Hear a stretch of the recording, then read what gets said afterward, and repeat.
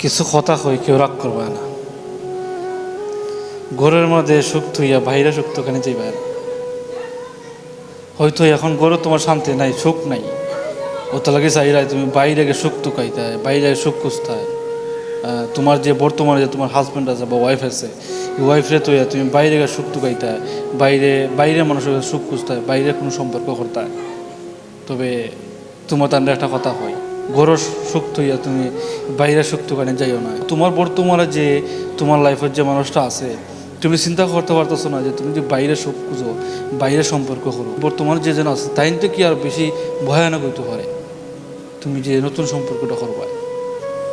তো তুমি তাহলে রিপ্লেসমেন্ট না কইরা তুমি তাহলে একটু সময় দাও, একটু ভালোবাসো।